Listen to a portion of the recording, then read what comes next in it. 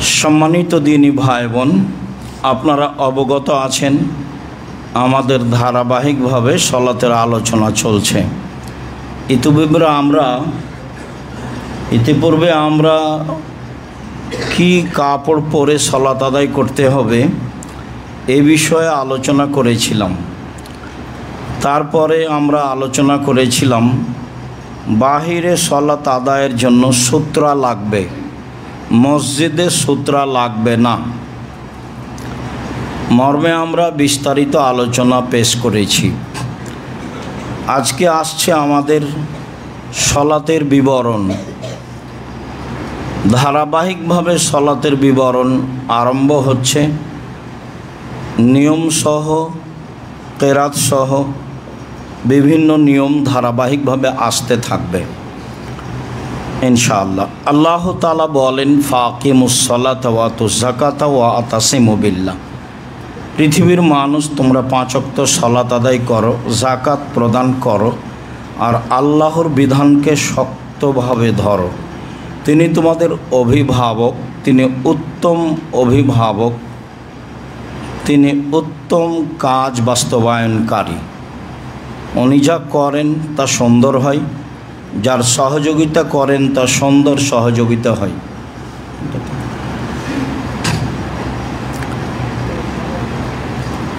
এ ব্যাপারে আবু হুরায়রা রাদিয়াল্লাহু তাআলা আনহু বলেন যে একজন লোক মসজিদে প্রবেশ করল। তখন আল্লাহর নবী মসজিদের এক প্রান্তে বসেছিলেন। লোকটি ঢুকে সালাত আদায় করল। সুমাইয়া তারপর রাসূলের নিকট আসলো। ফাসাল্লামা আলাইহি, আল্লাহ রাসূলকে সালাম দিল। ফাকাল আল্লাহু, আল্লাহ রাসূল তাকে বললেন, ওয়া আলাইকাস সালাম, তোমার উপরেও শান্তি অবতীর্ণ হোক। তারপর আল্লাহ রাসূল বললেন, সাল্লি ফাইন্নাকা লাম তুসাল্লি, তুমি সালাত আদায় করো, তুমি সালাত আদায় করোনি। ইরজে, ফিরে যাও। সাল্লি, তুমি সালাত আদায় করো। ফাইন্নাকা লাম তুসাল্লি, তুমি সালাত আদায় করোনি। ফারাজা ফাসাল্লা, লোকটি ফিরে গেল, আবার সালাত আদায় করলো। ফাসাল্লামা আলাইহি, রাসূলকে সালাম দিল। আল্লাহ রাসূল বললেন, ইরজে, ফিরে যাও। ওয়াসাল্লি, সালাত আদায় করো। ফাইন্নাকা লাম তুসাল্লি, তুমি সালাত আদায় করোনি। ফাকালা ফি সালেসাতে আবিল্লাতি বাদাহা, লোকটি তৃতীয়বারে বললেন অথবা তার পরে বললেন, আল্লিমনি ইয়া রাসূলুল্লাহ, হে আল্লাহ রাসূল, আমাকে সালাত শিখিয়ে দেন। অন্য বর্ণনায় এসেছে, আমি এর চেয়ে ভালো সালাত আদায় করতে পারি না, আপনি আমাকে সালাত শিখিয়ে দেন। এই কথা লোকটি বলল। তখন রাসূল সাল্লাল্লাহু আলাইহি সাল্লাম বলা আরম্ভ করলেন। তাতে তিনি প্রথমে বললেন, এদা কুমতা ইলা সালাত, যখন তুমি সলাতের ইচ্ছা পোষণ করবে, ফাসবিগিল ওজুয়া, তখন সুন্দর করে ওজু করে নিও। সুন্দর ওজুর কথা আমরা অনেক দিন বলেছি। রাসূল সাল্লাল্লাহু আলাইহি সাল্লাম একদা বলেছিলেন, আমি তোমাদের একটা কথা বলে দিব নাকি, যাতে পাপ মিটে যাবে, মান বেড়ে যাবে, যাতে পাপ মিটে যাবে, মান বেড়ে যাবে। তখন আল্লাহ রাসূল, সাহাবীগণ বলেছিলেন, হ্যাঁ বলেন, কি কাজ করলে পাপ মিটে যাবে, মান বেড়ে যাবে? তা তো খুব ভালো কথা। তখন আল্লাহ রাসূল বললেন, আসবেগিল ওজুয়া, সুন্দর করে ওজু করো, পাপ মিটে যাবে, মান বেড়ে যাবে। তারপরে তিনি বললেন, ওয়া কাসরাতুল খোতা, বেশি বেশি পায়ে হেঁটে মসজিদে যাও, তাহলে পাপ মিটে যাবে, মান বেড়ে যাবে। ওয়াইনতাজরু সালাত বাদা সালাত, আর সলাতের পরে সলাতের অপেক্ষা করো। একবার পড়ে এসেছো, আবার যেতে হবে, সেটা মাথায় রাখো, তাহলে পাপ মিটে যাবে, মান বেড়ে যাবে। একাধিক দিন বলেছি, আরও একটু রাসূল সাল্লাল্লাহু আলাইহি ওয়াসাল্লামকে আল্লাহর নবী বললেন, আল্লাহ তাআলা বললেন, মোহাম্মদ বলতে পারেন কি উপরে কি নিয়ে হইচই হচ্ছে? হ্যাঁ, বলতে পারি। আদম সন্তানের পাপ কিভাবে মিটে যাবে সে নিয়ে হইচই হচ্ছে, সে নিয়ে ফেরেশতাগণ বলা বলি করছেন। তাতে ফেরেশতাগণ বলছেন, আল মাকসু ফিল মাসাজিদ বাদাস সালাওয়াত, সালাতের পরে মসজিদে বসে জিকির আজকার করলে পাপ মিটে যাবে, এই কথা তারা বলা বলি করছে।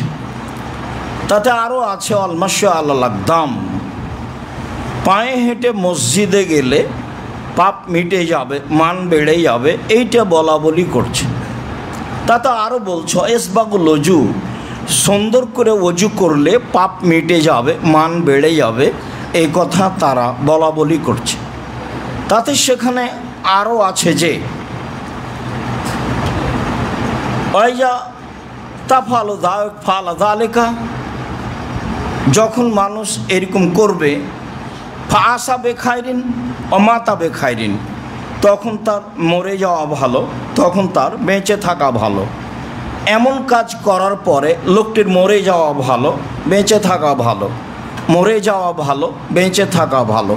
তারপরে তিনি বললেন, ওয়াকানা মিন খাতিয়াতিহি কারাজুলিন ইয়াউমিন ওয়ালাদাতহু উম্মুহু, তারপর লোকটি হয়ে যায় সেই দিনের মতো যেদিন তার মাতাকে জন্ম দিয়েছে, নিষ্পাপ হয়ে যায়। কাজ কি? সুন্দর করে ওযু করলে পাপ মিটে যায়, মান বেড়ে যায়। কাজ কি? পায়ে হেঁটে মসজিদে গেলে পাপ মিটে যায়, মান বেড়ে যায়। সে কাজটা কি? সালাতের পরে মসজিদে বসে তাসবিহ তাহলিল জিকির আজকার করলে পাপ মিটে যায়, মান বেড়ে যায়। গত জুমায় তো আমি ছিলাম না, তো বলতাম তার আগের জুমায় সালাম ফিরার সাথে সাথেই দাঁড়িয়ে গেলেন, মানে আপনি আমাকে কি দেখাতে চাচ্ছেন? আজকে তো কোর্ট বার নয় যে আপনি সিরিয়ালে আছেন। আপনাকে আমি খুব ভালোবাসি, এ কথাই ঠিক, আপনি এটা মনে রাখবেন। তবে আপনি সালাত আদায় করতে এসেছেন, এ কথাও ঠিক, এটা আপনি মনে রাখিয়েন। আর আপনি কোনোদিনই ভাবেন না যে আমি আব্দুর রাজ্জাক বিন ইউসুফ আপনার গ্রামের মসজিদে খুতবা দিতে এসেছি, মুন্সি দিন কাটছে এই জন্য আমি এসেছি না। আপনাকে আমি কোরআন হাদিস বোঝানোর জন্য এসেছি। আলহামদুলিল্লাহ, এটা আমি ভালো বুঝি। জাতির যদি রাস্তাঘাট করে দিতে না পারি, জাতির যদি স্কুল কলেজ করে দিতে না পারি, জাতিকে ধর্মের নামে চূড়ান্ত সঠিক ধর্ম দিতে পারবো ইনশাল্লাহ। এবং ইনিয়ে বিনিয়ে বলতে রাজি নই, এটা আপনাকে আমি বলছি। ধর্মের নামে আমি জাতিকে কোনো দিন ফাঁকি দিইনি। এটা আমার ভিতরে এমন কোনো কাজ করে না কোনো সময় যে আজকে আমি জাতির সামনে কোনো লোকের কথা বলেছি, কোনো দলের কথা বলেছি, কোনো মাযহাবের কথা বলেছি, এরকম কোনো কথা আমার ভিতরে কোনো সময় বলে না। মানে আমার অন্তরে ধাক্কা খায় না, দ্বিধা হয় না, না জানি কি হয়।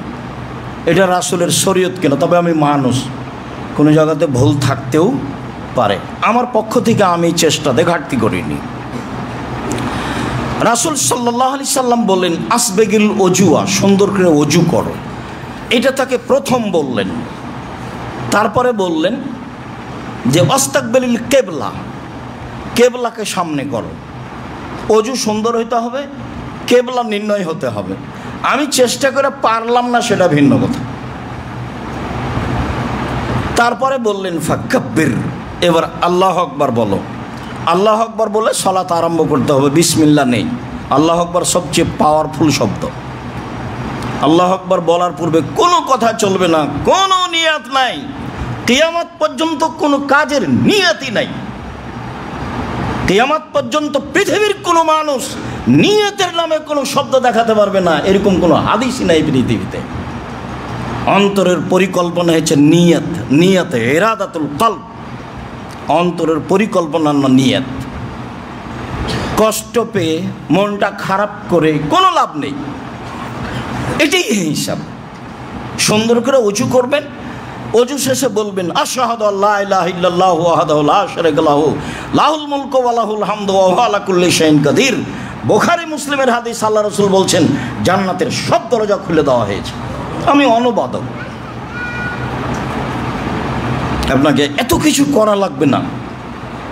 আপনি বলবেন আল্লাহু আকবার,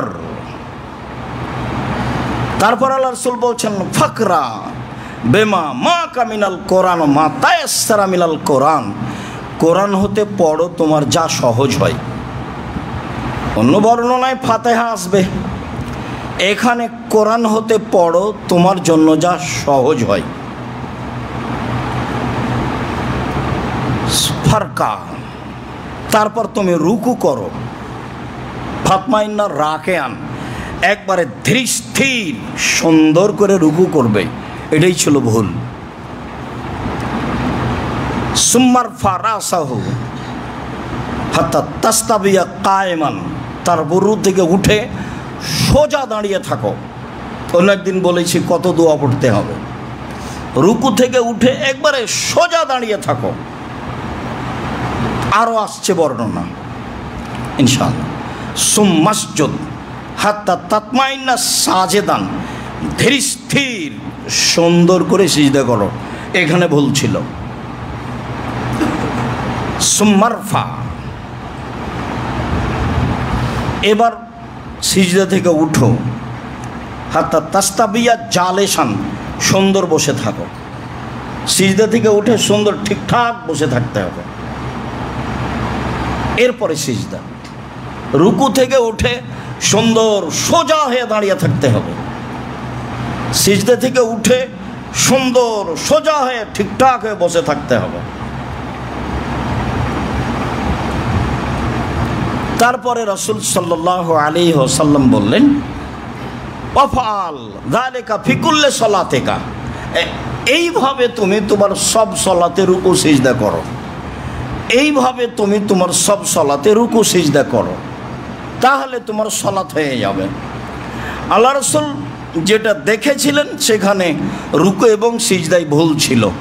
এখানে আমার একটা কথা থেকে যাচ্ছে যে রাসূল সাল্লাল্লাহু আলাইহি সাল্লাম তাকে বলেননি যে তুমি সালাত আদায় করেছো তবে খুব একটা ভালো হয়নি, এ কথা বলেননি। রাসূল সাল্লাল্লাহু আলাইহি সাল্লাম সরাসরি নাকচ করেছেন।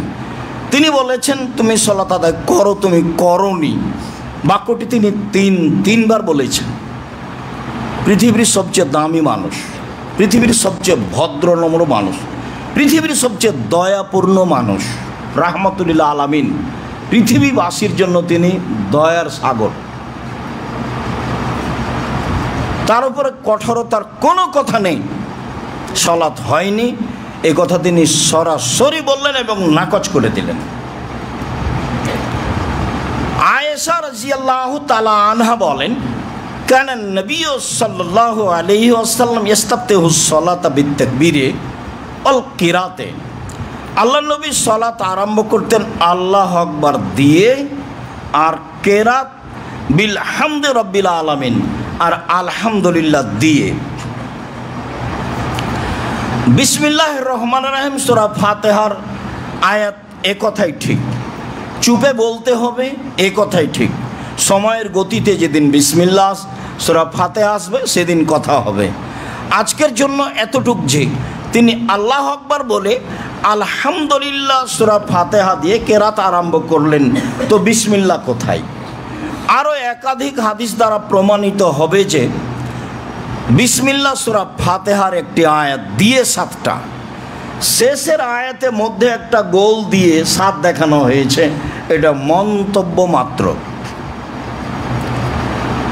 সূরা ফাতিহা 7 আয়াত পূর্ণ।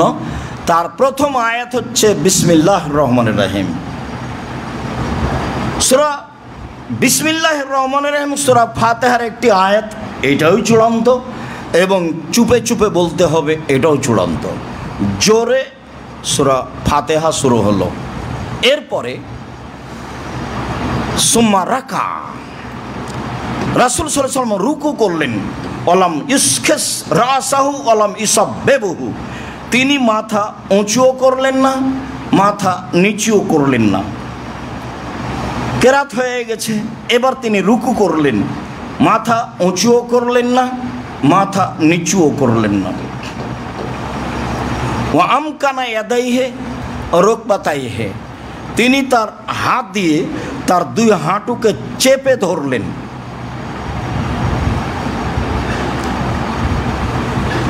সুম্মা পরের বর্ণনায় আসছে সুম্মা হাসারা জাহারাহু, তিনি তার পিঠকে একবারে সোজা করলেন, লম্বা হাতটা যেভাবে সোজা হওয়া লাগে। পরের বর্ণনায় এই শব্দ আবার আসবে। তো তিনি রুকু করার সময় তার হাত দিয়ে তার দুই হাঁটুকে শক্ত করে চেপে ধরলেন। সুম্মা রাকা হাত্তা তাস্তাবিয়ে, তারপর তিনি সুম্মা রাফা মিনার রুকুয়ে হাত্তা তাস্তাবিয়া কায়বান, এবার তিনি রুকু থেকে উঠলেন এবং সোজা দাঁড়িয়ে থাকলেন। সুম্মাসজাদা সুম্মা লাম ইয়াসজুদ হাত্তা তাতমাইন্না সাজেদান, সিজদা থেকে মাথা ওঠার পরে তিনি পুনরায় সিজদায় গেলেন না যতক্ষণ পর্যন্ত তিনি ধীরস্থির সুন্দরভাবে না বসলেন। তাহলে রুকু থেকে উঠে দাঁড়িয়ে থাকাটা ধীরস্থির এবং সুন্দরভাবে বসা, সিজদা থেকে উঠা ধীরস্থির এবং সুন্দরভাবে বসা, তারপরে সিজদা, তারপরে রুকু। ফায়াকুল রাসূলুল্লাহ সাল্লাল্লাহু আলাইহি ওয়াসাল্লাম ফি কুল্লি রাকাতাইন আত-তাহিয়্যা, আল্লাহ নবী প্রত্যেক 2 রাকাতে আত-তাহিয়াত পড়তেন। আল্লাহ নবী প্রত্যেক 2 রাকাতে আত-তাহিয়াত পড়তেন। ওয়া ইয়াফরিসু রিজলাহুল ইসরা, 2 রাকাতে তিনি তার বাম পাকে বিছিয়ে দিলেন, বাম পায়ের পাতার উপরে বসলেন। এনসাব রিজলাহুল ইমনা, তিনি তার ডান পাকে খাড়ো করে রাখলেন। পরে বর্ণনায় আরও বিস্তারিত আসবে। তিনি তার ডান পাকে খাড়ো করে রাখলেন। এরপরে যেটা, সেটা আমার আপনার জন্য অতীব জরুরি। ওয়ায়ানহা আন উকবাতি শয়তান, আর শয়তানের বসা থেকে তিনি নিষেধ করলেন। এইটা কি? হাদিস কিন্তু বুখারী মুসলিম। তিনি বাম পা বিছিয়ে দিয়ে 2 রাকাতের বৈঠকে বাম পা বিছিয়ে দিয়ে বাম পায়ের পাতার উপরে বসলেন আর ডান পা খাড়ো করে রাখলেন। এরপরে তিনি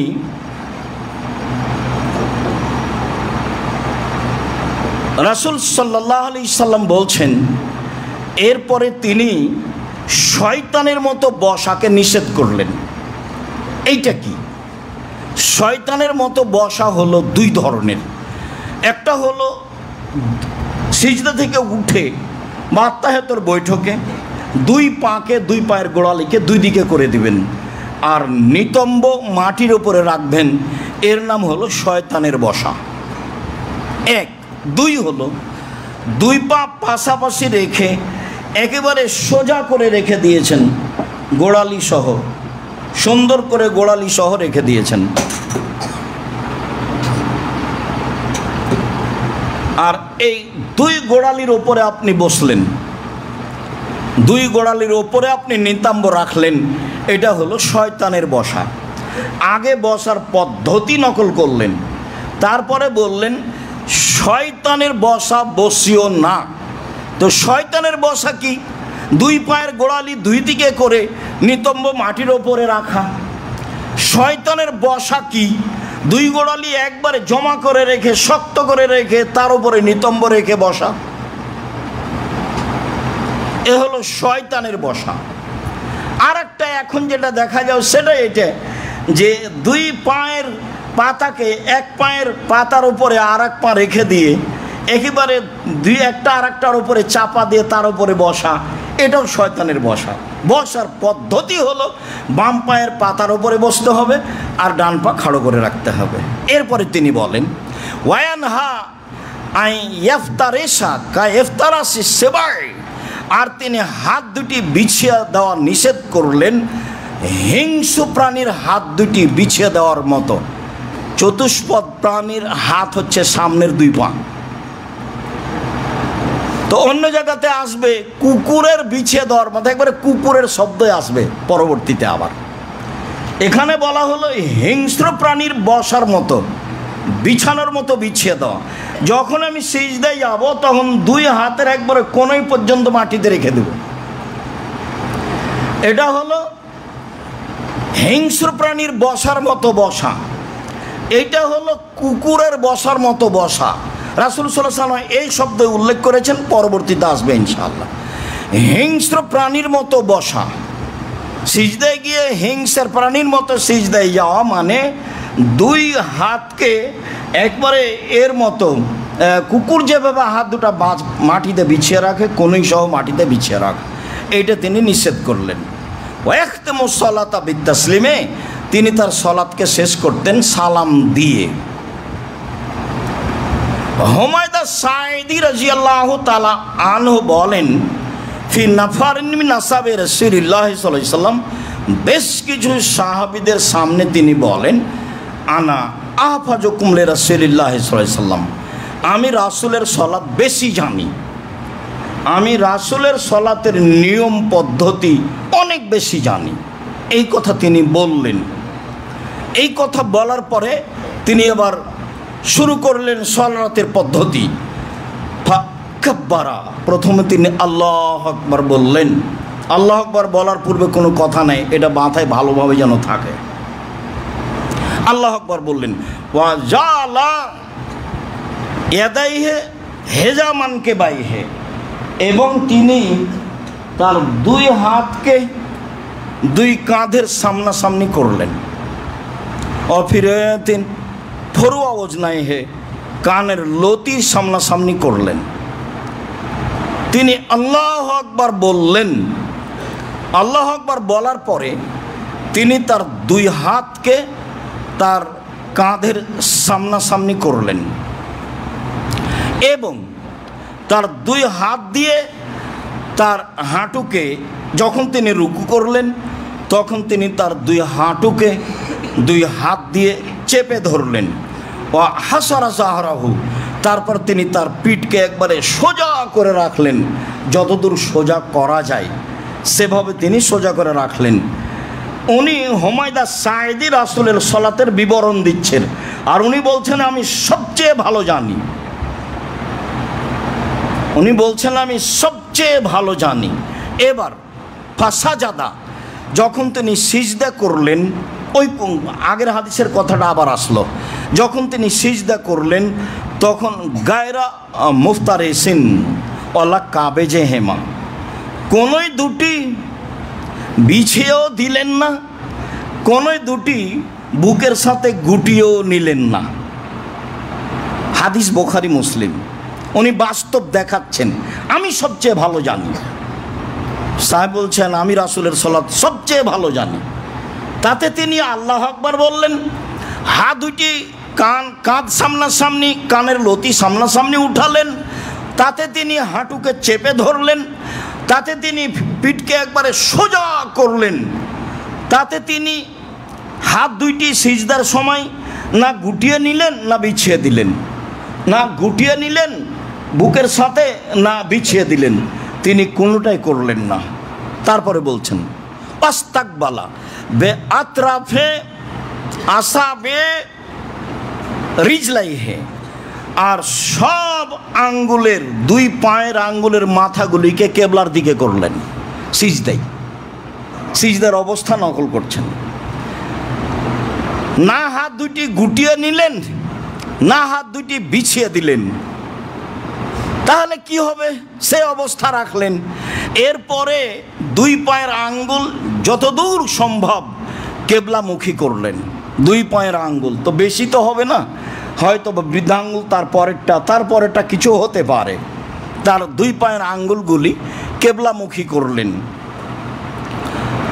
সুম্মা জালাসা ফির রাকাতাইনে, তারপর তিনি দুই রাকাতে বসলেন।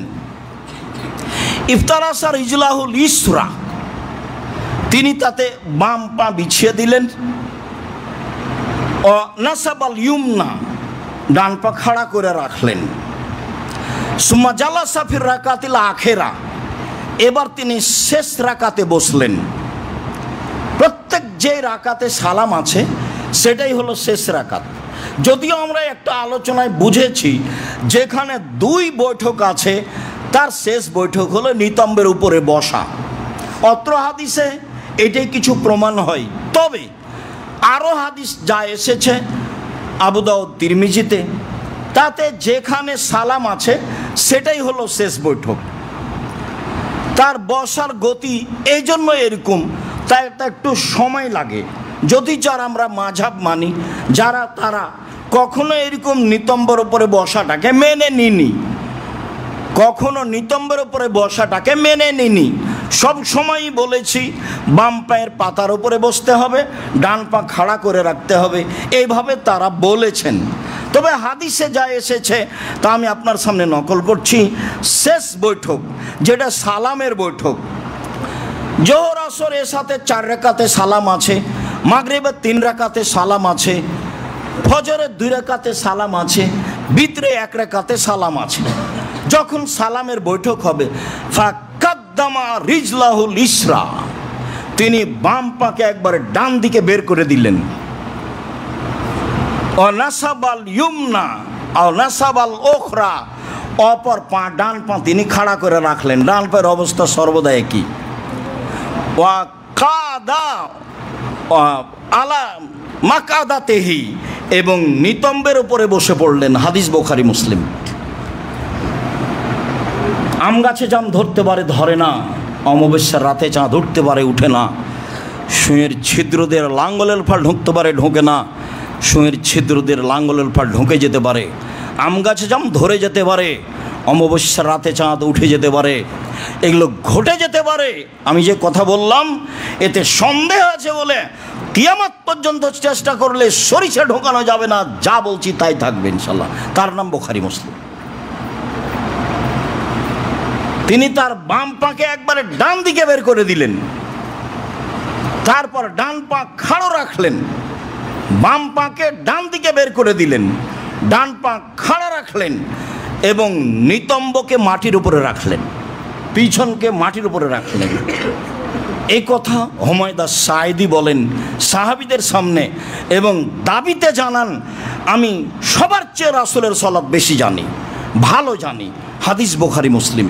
সম্মানিত দিনী ভাই বোন, আপনাকে আমি শক্তভাবে বলে আমি নিজের কিছু বলতে চাইনি।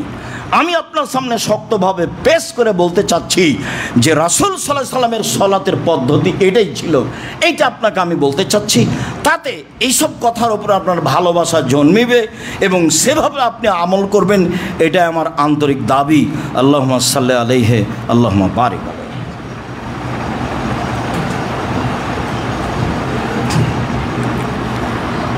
আলহামদুলিল্লাহ ওয়াহদা, ওয়াসসালাতু ওয়াসসালামু আলা মান লা নাবিয়্যা বাদা।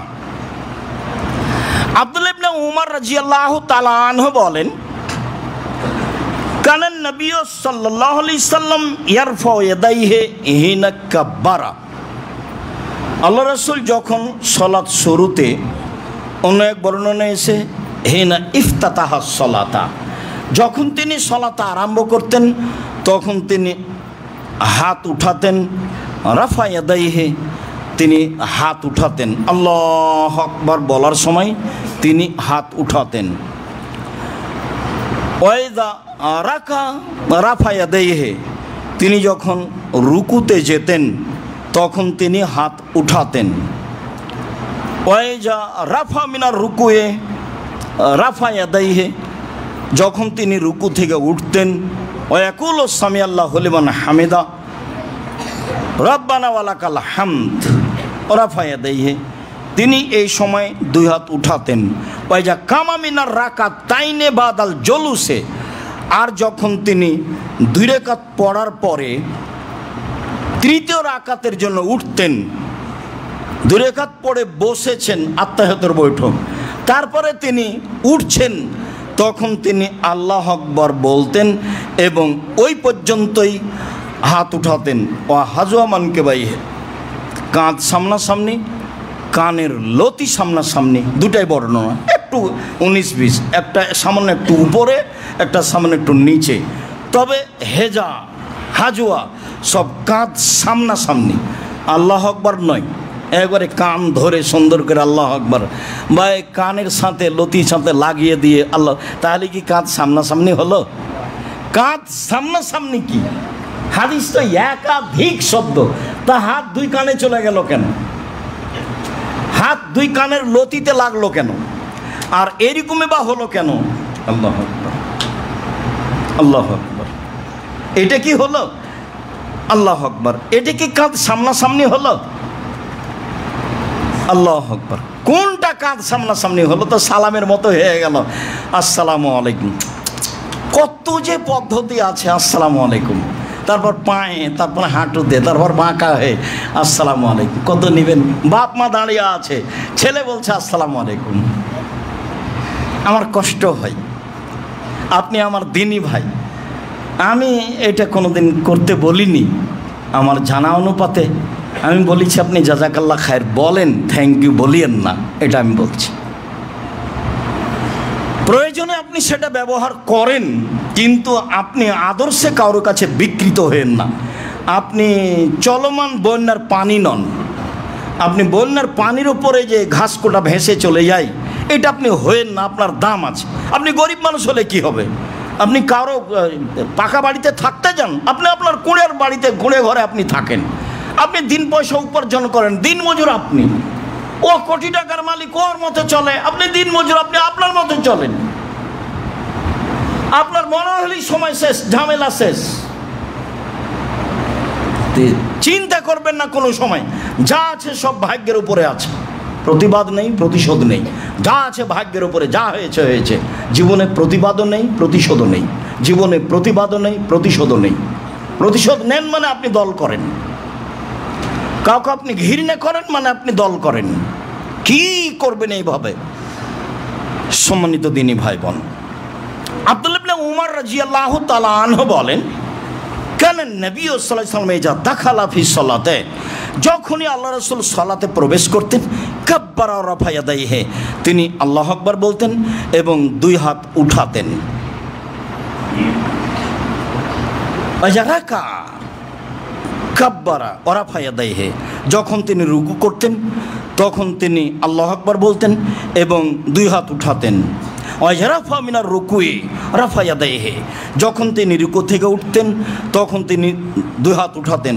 ওয়াজা কামা মিনার রাকাতাইনি বাদাল জুলুসে, যখন তিনি তৃতীয় রাকাতের জন্য উঠতেন, দুই রাকাত পড়ে বসে আত্তাহিয়াতের পরে, তখন তিনি দুই হাত উঠাতেন। সম্মানিত দিনী ভাই বোন, প্রায় 50 জন সাহাবী থেকে 400 অধিক হাত তুলে দোয়া করা, না, হাত উঠানোর ব্যাপারে, রাফায়াদানের ব্যাপারে হাদিস রয়েছে। বুখারী মুসলিমে অনেক হাদিস আছে। সাথে সাথে ইমাম বুখারী রাহিমাহুল্লাহ রাফুল ইয়াদানের ব্যাপারে, হাত উঠাতে হবে মর্মে একটি বই লিখেছেন সেই কালে। ইমাম বুখারী 50 জন সাহাবী থেকে রাফায়াদান হাত উঠাতে হবে তাকবীরে তাহারিমায়, রুকুতে যাওয়ার সময়, রুকু থেকে ওঠার সময় এবং তৃতীয় রাকাতে দাঁড়ানোর সময়, মর্মে এতজন সাহাবী থেকে এত হাদিস রয়েছে। কানা আসহাব রাসূলুল্লাহ সাল্লাল্লাহু আলাইহি ওয়াসাল্লাম ইরফা ইয়াদাইহি হিনা কাব্বারু, সাহাবীগণ দুই হাত উঠাতেন যখন আল্লাহু আকবার বলতেন। সাহাবীগণ দুই হাত উঠাতেন যখন রুকু করতেন, রুকু থেকে উঠতেন। এটা সাহাবীগণের নীতি। এবার কয়েকটি কথা, আবারও দুইটা হাদিস থাকছে, ফিরে আসছে কয়েকটি জরুরি কথা। সম্মানিত দিনী ভাই ও বোন, হাত উঠানো যাবে না মর্মে যত হাদিস আছে সেগুলি হয় জাল না হয় জয়ীব, হয় জাল না হয় জয়ীব, যতগুলো হাদিস আছে। তবে আছে বেশ কিছু হাদিস, তাতে কিছু কিছু হাদিস আছে যে যে রাফায়াদান করে না তার সলাত হবে না। তাতে কিছু হাদিস আছে যে রাফায়াদান করে না তার সলাত নষ্ট হয়ে গেছে। তাতে কিছু হাদিস আছে আল্লাহ রাসূল দুঃখ করে আফসোস করে বলেছেন, আমার উম্মত আমার পরবর্তীতে অবাধ্য ঘোড়ার মতো সলাতে হাত উঠাবে। অবাধ্য ঘোড়া যেমন লেজ নড়াই, তেমনিভাবে সলাতে হাত উঠাবে অবাধ্য ঘোড়ার মতো আমার উম্মতেরা আমার অবর্তমানে। এটাও হাদিস।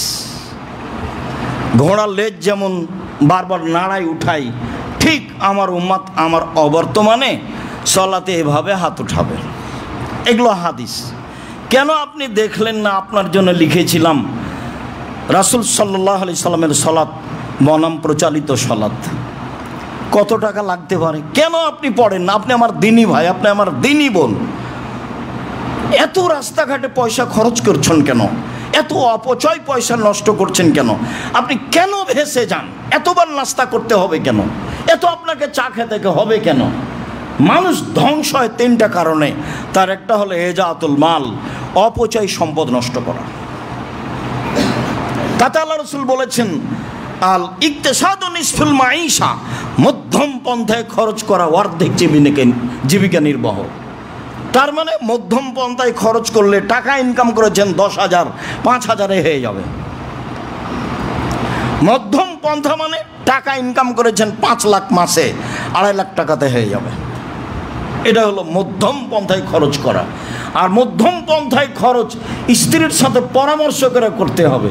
স্ত্রীকে অত বোকা মানুষ মনে করিয়েন না, বা সব আপনার টাকা পয়সা আপনার শ্বশুর শাশুড়ি শ্যালক সম্বন্ধী শ্যালিকাকে দিয়ে দিবে, এটা আপনি মনে করিয়েন না। যদি হয়ও তাহলে কিছু পরামর্শ করবেন, কিছু দিবেন, পরামর্শ বলবেন।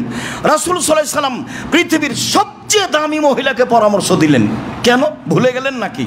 ওই যে খুব কঠিন অবস্থায় যখন আবু বকর সিদ্দিককে বলা হলো, জানেন কি ঘটেছে? কি ঘটেছে?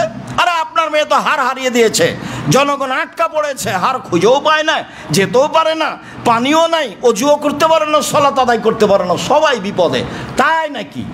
তো এবার গেলেন মেয়ের কাছে, দেখছেন জামাই মেয়ের উরু রানের উপরে মাথা দিয়ে ঘুমিয়ে আছে। আমাদের দেশে কিন্তু শ্বশুর যদি এইভাবে দেখে পাল্টা ঘুরে যাবে, শরম পাবে, লজ্জা পাবে। দেখেন আপনি পৃথিবীর মানুষ হিসাবে সবচেয়ে দামি মানুষ, এত বড় দামি মানুষ আদম থেকে কিয়ামত পর্যন্ত কেউ আসেনি মানুষ হিসাবে, নবী রাসূল বাদ দিয়ে। নবী রাসূল ব্যতীত আবু বকর সিদ্দিকের চেয়ে পৃথিবীতে কোনো দামি মানুষ নেই।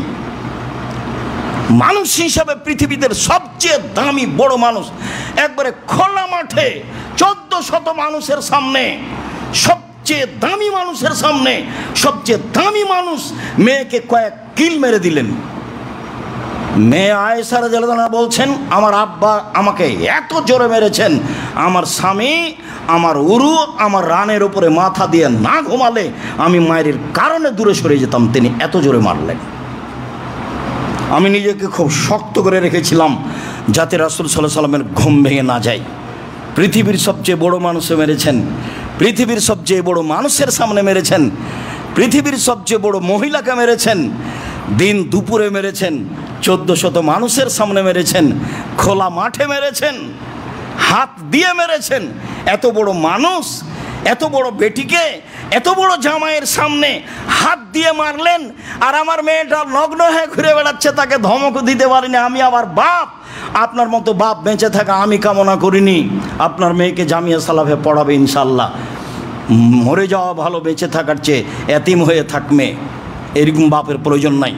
যে বাপ পরিবার কন্ট্রোল করতে পারে না, মেয়েকে কন্ট্রোল করতে পারেন, আপনি দেখেন না, আপনি কোন দিক দিয়ে দেখবেন?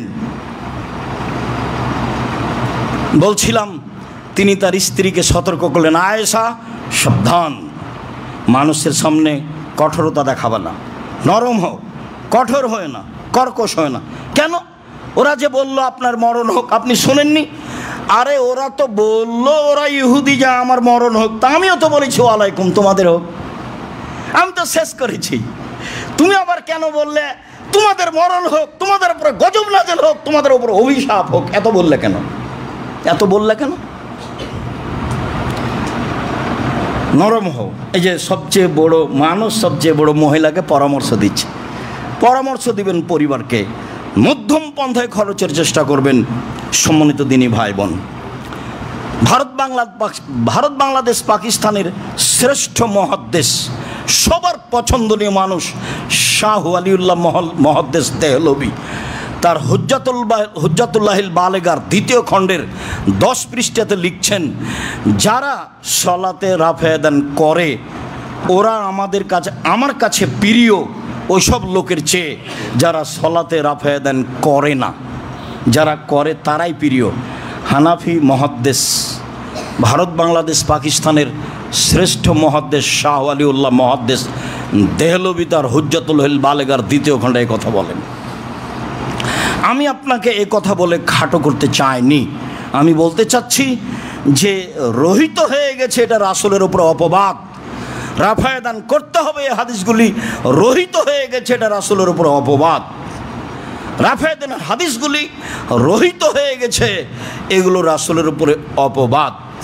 এবং বগলের নিচে ইট আছে, পাথর আছে, পুতুল আছে, পড়ে যেন না যায় সেই জন্য হাত উঠাতে হবে আর না হবে এসব কাহিনীর আশ্রয় নিয়ে, আর ঘোড়ার লেজের মতো হাত উঠানো এইসব হাদিসের আশ্রয় নিয়ে সলাৎ হবে না, হাত উঠালে এ হাদিসের আশ্রয় নিয়ে সলাৎ নষ্ট হয়ে যাবে, এ হাদিসের আশ্রয় নিয়ে রাফায়ে দান করবেন না, এটা আমি চাইনি। আমি আপনার সাথে তর্কে জড়াতে রাজি নই। আমি বলছি আপনার বিবেচনার কাছে, আপনার বিবেচনায় যদি আসে এটাই ঠিক তাহলে আপনি এটা করেন, যদি না আসে তাহলে আপনাকে আমি জোর করে চাপিয়ে দিতে চাইনি। শরীয়ত আপনার উপরে চাপিয়ে দেওয়ার কি আছে? তবে আপনাকে আমি অনুরোধ করছি, আপনি আমার দিনী ভাই, আপনার আর দিনী বোন, পয়সা অপচয় নষ্ট করিয়েন না। বের হওয়ার সময় বলবেন যে দেখি আব্দুর রাজ্জাক সাহেবের সলাতের উপরে লেখা বইটা দেখি। আপনার বাড়িতে থাক না, আপনার মসজিদে থাক না, আপনার বোনের কাছে থাক না, আপনার এক বন্ধুর কাছে থাক না, এটা আপনি ভারী মনে করছেন কেন? কত টাকা নিতে পারে? 2-1000 টাকা নিবে? কয় টাকা নেবে? 200 টাকা নেয়, 250 টাকা নিল, এরকম একটা নিতে পারে। আজ যদি না পাওয়া যায় কালকে বলবেন যারা বিক্রি করে আমাকে 10টা বই 20টা বই নিয়ে এসে দিবেন, ছড়ান। যদি সেটা সত্যই হয় আগে সিদ্ধান্ত নেন, তারপরে 5 জনকে দিবেন, দেন, মানুষ পড়ুক। মকসুদুল মুমিন বই লেখা আছে যে অবিবাহিত ছেলেমেয়ের পড়া নিষেধ। সেটা আপনাকে ভালো লাগলো কি করে? যে দেখে সে পড়ে, যে দেখে সে পড়ে। কিরে অবিবাহিত ছেলেমেয়ের পড়া নিষেধ? তো লেখা আছে ভরা পেটে স্ত্রীর মিলন হলে ছেলে টেরা হয়, সফরের পূর্বে স্ত্রীর মিলন হলে ছেলে ল্যাংড়া হয়, কানা হয়, চন্দ্র সূর্য গ্রহণের সময় স্ত্রী মিলন হলে ছেলে টেরা হয়, কানা হয়, ল্যাংড়া, এগুলো কথা লেখা আছে। আর হাদিসে আছে 1 ওয়াক্ত নামাজ কাজা করলে 80 হোক বা জাহান্নামে থাকতে হবে। এরকম কথা আল্লাহ রাসূল বলেননি। নামাজ ছেড়ে দিবে, সলাৎ ছেড়ে দিবে সে মহাপাপী, এই কথা ঠিক। সম্মানিত দিনী ভাই বোন, বলছিলাম সাহল ইবনে সাদ রাদিয়াল্লাহু তাআলা আনহু বলেন, কানা নাসু ইউমারুনা আই এযা আল ইয়াদ আল ইউমনা আলা জারহিল উসরা। সাহাবীদের মাঝে, জনগণের মাঝে এই কথাটি বলা বলি হতো যে ডান হাতের কবজি ডান হাত বাম হাতের বাহুর উপরে রাখবে। সাহাবীগণ আপোষে বলা বলি করতেন যে ডান হাতের বাহু বাম হাতের বাহুর উপর রাখতে হবে, ডান হাত বাম হাতের বাহুর উপর রাখতে হবে। সাহাবীগণের মাঝে এই কথা বলা বলি হতো যে ডান হাত বাম হাতের বাহুর উপরে রাখতে হবে। এ হলো এক, এটা বুখারী মুসলিমের। আর যখন কবজির উপরে কবজি আসবে তখন আবু দাউদ, তিরমিজি, নাসাই, ইবনে মাজাহ, হাদিস সহিহ। কিন্তু বুখারী মুসলিম হলো এইটা, আর আবু দাউদ, নাসাই, তিরমিজি, ইবনে মাজাহ হলো এইটা। আরও এখানে একটি জরুরি কথা যে মালিক ইবনে হুয়াইরিস রাদিয়াল্লাহু তাআলা আনহু বলেন, আল্লাহ রাসূলুল্লাহ সাল্লাল্লাহু আলাইহি সাল্লাম ইজা কানা ফি সালাতিহি ফি বিত্রিন, আল্লাহ রাসূল যখন তার বিজোড় সালাতে হতেন, লাম ইয়ানহাজ হাতা ইস্তাবিয়া কায়েদান, তিনি সরাসরি উঠতেন না একবারে ঠিকঠাক হয়ে না বসা পর্যন্ত। এই কথা আবার বলি, এটা বুখারী মুসলিম, বুখারীর হাদিস, যে সিজদা থেকে আপনি উঠলেন, আপনি এখন প্রথম রাকাতে আছেন, আর এক রাকাত না পড়লে তো আত্মাহিয়াত হবে না। তা আপনি এখন প্রথম রাকাত থেকে উঠবেন, বিতর সালাত থেকে যখন আল্লাহ রাসূল দাঁড়াতেন তখন উঠতেন না একবারে সিজদা থেকে উঠে ঠিকঠাক না বসা পর্যন্ত। এটাকে বলা হয় জালসা ইস্তেরাহাত। আর আমার দিনী ভাই বোনকে দেখবেন একবারে এক টানা সিজদা থেকে একবারে এক টানা, দেখছি একবারে পূর্ণ দাঁড়িয়ে গেছে। কখন যে দাঁড়ালেন আবার ভালো করে বুঝেন, হাদিস বুখারী। আপনি দেখেন, যাওয়ার সময় একটা বই নিয়ে যাবেন। আমি তো ওখান থেকেই বলছি, আমি আপনার মতোই সাধারণ মানুষ। আমি দেখে বলছি, আপনিও দেখেন। রাসূল সাল্লাল্লাহু আলাইহি সাল্লাম তার বিজোড় সলাতে সিজদে থেকে উঠে সুন্দর ঠিকঠাক মতো না বসা পর্যন্ত দাঁড়াতেন না, উঠতেন না। এর নাম হলো জালসা ইস্তেরাহাত, একটু আরামের বৈঠক, একটু আরামের বৈঠক। আর হাদিস পাওয়া যাবে আলা সদরে কাদামাই হে, একবারে দুই পায়ের গোড়ালির উপর দিয়ে উঠা, সরাসরি সিজদা থেকে দুই পায়ের গোড়ালির উপর দিয়ে দাঁড়িয়ে গেলাম, আলা সদরে কাদামাই হে। এ হাদিস পাওয়া যাবে।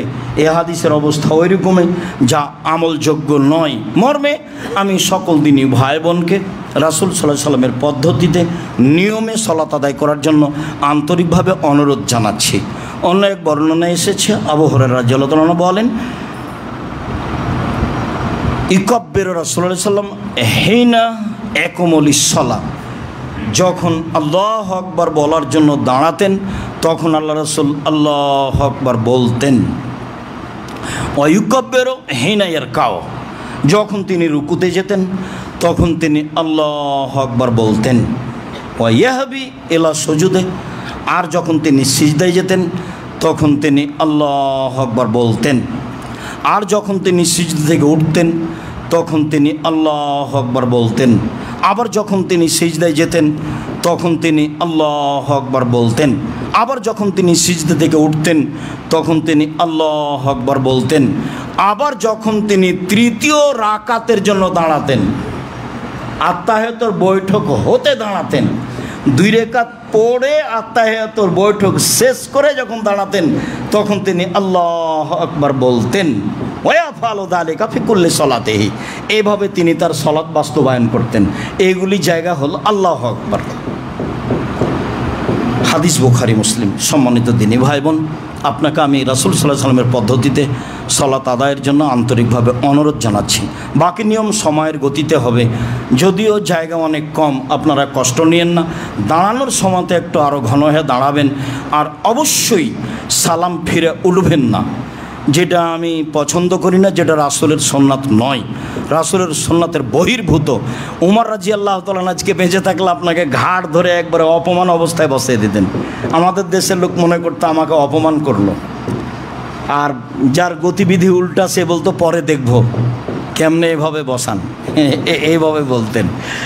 ভাইজান, আপনি মনে কিছু নিয়েন না, আপনি সালাম ফিরার পরে দাঁড়ায়েন না, আপনারও ক্ষতি, সাথে সাথে আরও যে 2-4 জন লোক জামিয়া সালাফিয়া 10টা টাকা দান করবে সেটারও আপনি ক্ষতি করলেন।